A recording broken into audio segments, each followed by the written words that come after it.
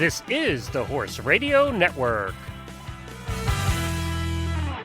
This is episode 351 of Horse Tip Daily, a different horse tip, a different equine topic, a different equestrian expert every day.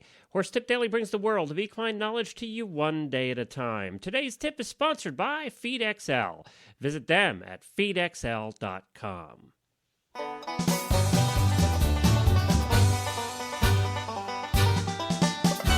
Howdy, everybody, and welcome back to Horse Tip Daily. I'm Glenn the Geek from Lexington, Kentucky. Today we have a new expert on with us, and we're going to be having several new ones here over the next couple of months, actually. We're trying to always bring you new voices here on Horse Tip Daily with some new outlooks and opinions on things. But first, I want to remind you to check out the Western Radio Show this week.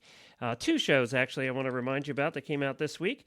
One is the Western Radio Show, and it is episode number 30. They did a terrific job. It was called Music of the Ride, and they had two great musicians on, country music stars. One is Shay Fisher, who is the number one country music star right now in Australia, and she lives in Nashville now. She's a rodeo star as well. Terrific young lady. It was fun listening to that interview and listening to some of her music. And that's at Western Radio Show episode 30. And they also had Dan Roberts on. Dan is well known. He was the opening act for Garth Brooks for a couple of years. He has written many great songs. He's more of the old cowboy artist that you remember from days in the past. And he's a Texas singer, and it was just a great show. He's also done some worthwhile things and some great causes for children's hospitals, and you'll hear all about that on the Western Radio Show. And then hop on over to episode number, I'm taking a look right now, at the Eventing Radio Show, causing quite a stir in the eventing community this week, and that is because Lucinda Green was on, and she talks about what she feels should happen in the long versus short format, and how she believes that they should bring the steeplechase back to eventing, and it's causing quite a stir and quite a buzz in all the press around the eventing world this week. So take a listen to episode number 108 of the Eventing Radio Show at eventingradio.com. Lucinda is always outspoken and a lot of fun to listen to. Chris did a good job with that one. So that's what's going on. Obviously, we have more shows than that. We have a total of 8, so you can find them all at horseradionetwork.com.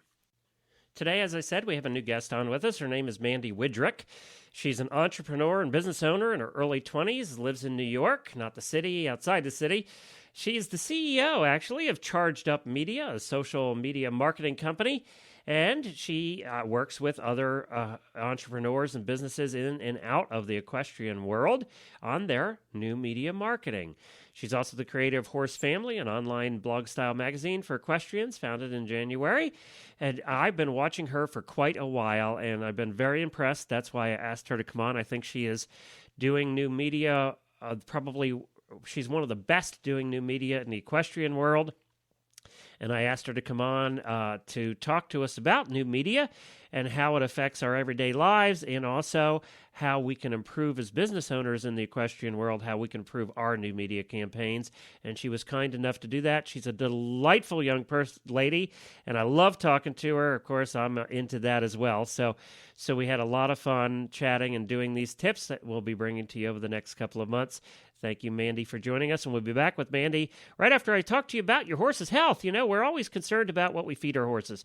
We're never quite sure if we're feeding them the right stuff, if we're feeding them too much of this or too little of that. Well, it's time to find out, and finding out is by going to FeedXL. FeedXL is like having your own personal equine nutritionist stuffed in your back pocket. And it's so good that it's used by leading equine nutritionists to formulate balanced diets for their clients. It's simple. You go there, you fill out a questionnaire about your horse and about what you're feeding your horse. Everything from your vitamins to your supplements to your grain to your hay, grass, everything. And then FeedXL figures out whether your horse is being fed too much of this or too little of that. And is it cheaper to do this? Is it better to do that? And you can meet your horse's nutritional requirements by just going to feedxl.com and figuring out whether you're doing it right now. So stop on over to feedxl.com to see if you're feeding your horse correctly. And now, Mandee Widrick, entrepreneur and business owner, with her new media tips. Well, hi, Mandee, and welcome to your first Horse Tip Daily. Welcome to the panel of experts here on the show. Well, thanks for having me, Glenn. I'm happy to be here. You know, it's interesting because I say experts, and some of the people who do tips go, I don't consider myself an expert, but I wouldn't ask you to do this unless I considered you an expert. So I'm glad that you were able to come on board. And let's talk a little bit about you. You are a horse girl, right? Yes, I am. And how long you been doing the horse thing? Well, I got my first horse when I was 13 years old. I'm 22 now, so it's been a while. I've gone through a few horses. Right now, I currently have just one horse. It's an 11-year-old paint mare named Lark. So she's pretty fun. I've had her now since actually I got her for my 16th birthday, so I've had her for quite a while. And she's cute. Yes, she is. I'm looking on Facebook here. She's cute. So you still ride, obviously. Yes. And it looks like Western and English both, or just Western? Western and Aussie, actually. Oh, there you go. That's cool.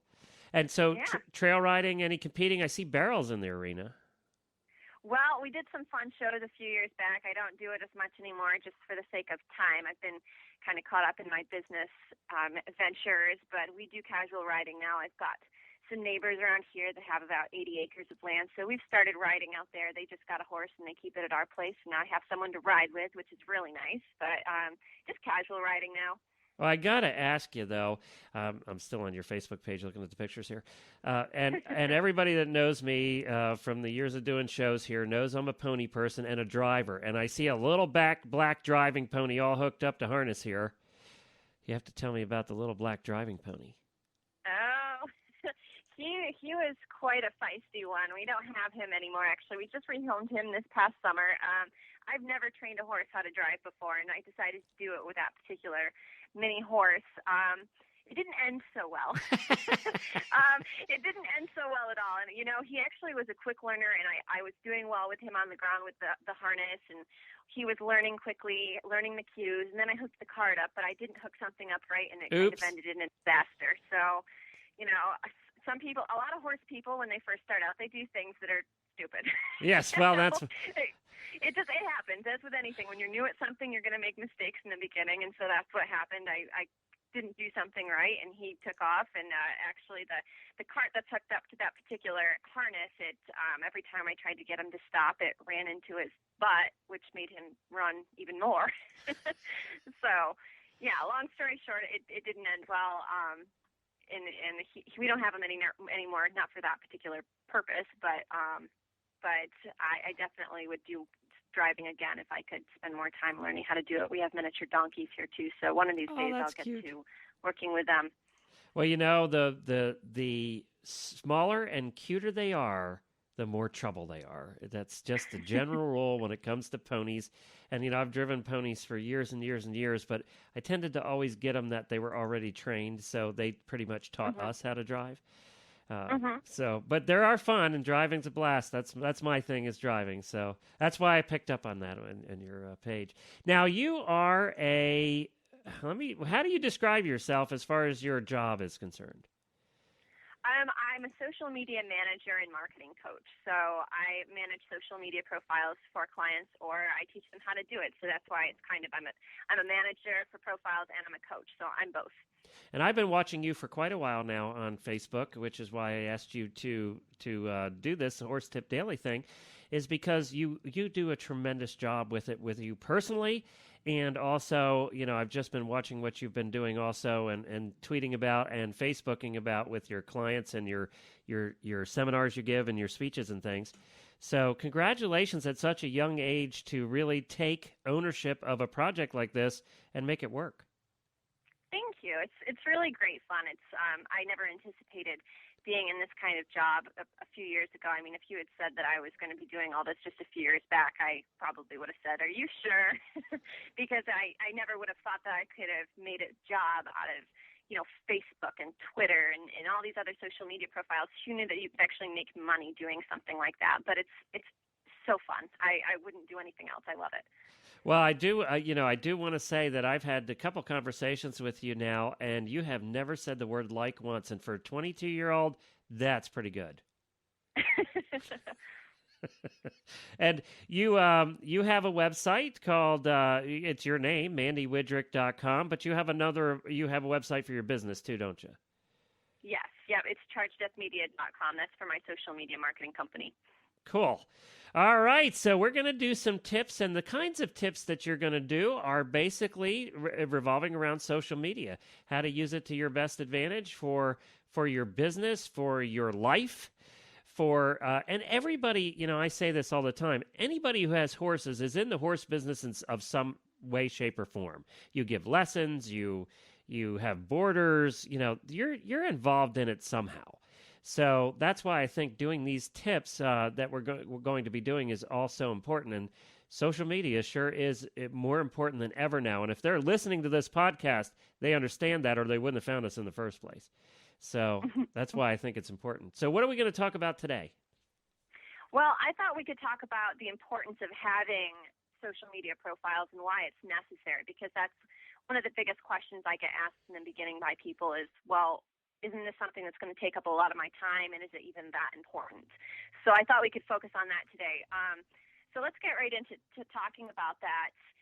Right now, Facebook actually is topping Google for weekly traffic, which is a really big deal. I mean, everyone knows about Google. Everyone goes to Google to search, whatever they're looking for. And so if Facebook is actually beating that now, that's a pretty big deal. And so that's why social media has grown into where it's at, is because people are going to Facebook. They want to connect with their friends. They want to network with others. And that's where all of the traffic is. Facebook advertising is actually growing into something real big too right now, because Facebook advertising is very targeted, and you can target the kind of customers that you want.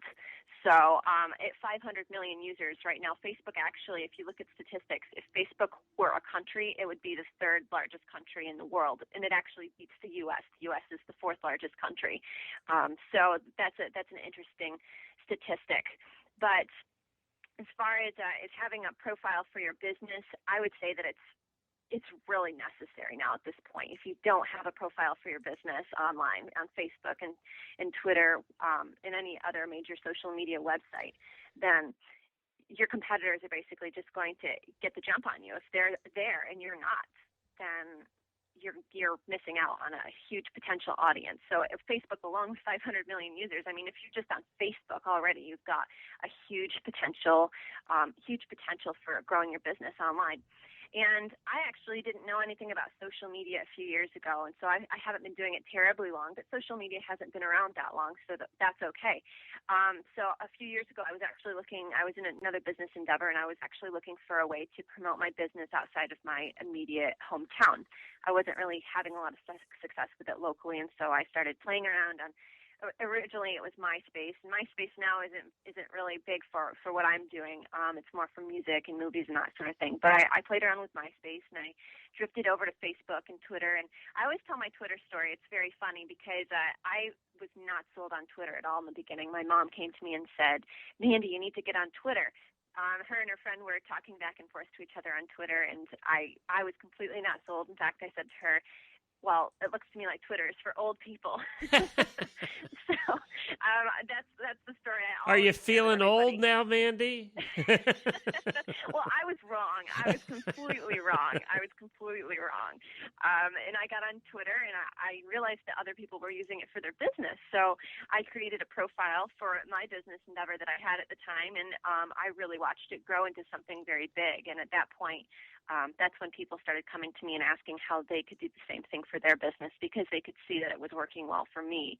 And then I got rid of that business endeavor, and I actually started up in my social media marketing company. So just because that particular one wasn't something I wanted to stick with, but I could see that it worked. And so when I talk to people, I tell them it does work, because I've seen it work for me, and I've seen it work for so many other people.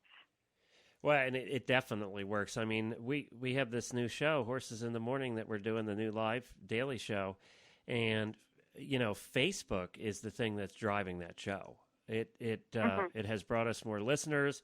There are whole conversations going on there while we're, doing the show every morning. And, without social media, the Horse Radio Network wouldn't be here. We are new media, but all of these other things are bringing us listeners for free. Let's add that in there. This isn't costing you anything. It doesn't cost you anything to post a tweet on Twitter, and it doesn't cost you anything to post a post on Facebook. And it may take time, like your clients are worried about, but where else? What else are you going to do? Everything else you're going to do takes time and money. Yeah, and one of the big things I always make sure I stress is that social media is about conversation. It's not really about pitching your product to people. That's part of it, but that's not what it's all about. It's about establishing relationships with people. And so I really think that's the core purpose of social media, is so you can meet people and build up a trust with them, and hopefully they become your customer down the road. And that's what I've been doing. Charged Up Media actually has only been around since earlier this year. I'd say maybe about April of 2010.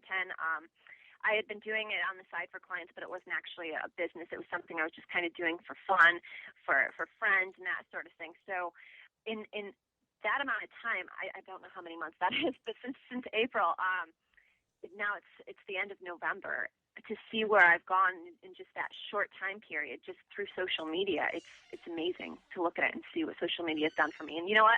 I'm going to be the first one to say I'm 22 years old. Do you think I have a big marketing budget? No, not at all. So social media has enabled me to get my name out there without spending a lot of money.